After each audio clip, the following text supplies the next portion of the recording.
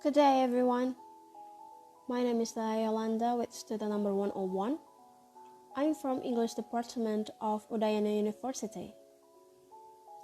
I'd like to share with you guys a topic which is types of interpreting for my final task project of theory of interpreting. But before we move on, let me thank our beloved lecturer, Ibu Sang Ayu Isnu Maharani SSM who has been teaching us patiently in the 4th semester.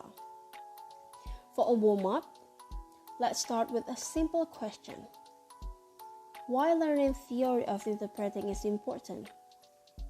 First of all, as an English department student, I think it is really important to learn the theory of interpreting. Not only because it is one of our subjects, but also it will be useful for our future. Interpreting is a promising job with a big salary and a small number of interests, which will help us to be a pro interpreters easily. Now, there are 3 main types of interpreting: simultaneous interpreting, consecutive interpreting, and liaison interpreting. What is simultaneous interpreting?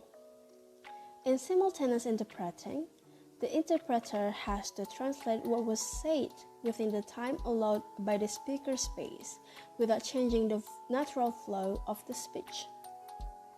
In the world of language service, simultaneous interpreting can be classified as the most demanding. The interpreter must have excellent language skill and more than average fluency in 2 languages.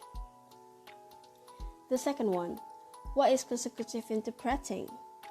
During consecutive interpretation, the speaker stops every 1 until 5 minutes, usually at the end of every paragraph or a complete thought. And the interpreter then steps in to render what was said into the target language.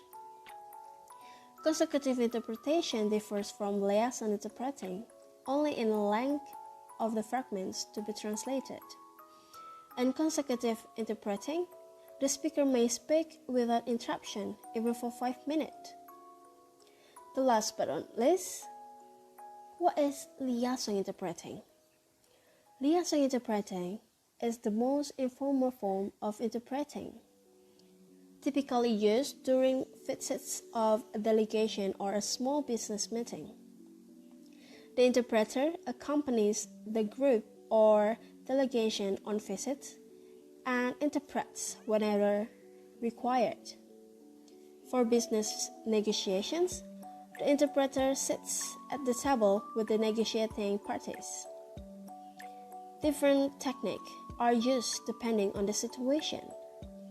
For up to 3 participants, whispered interpreting may be used.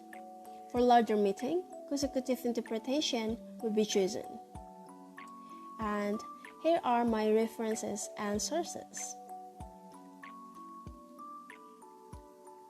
Thank you very much, and I hope I can see you guys next time.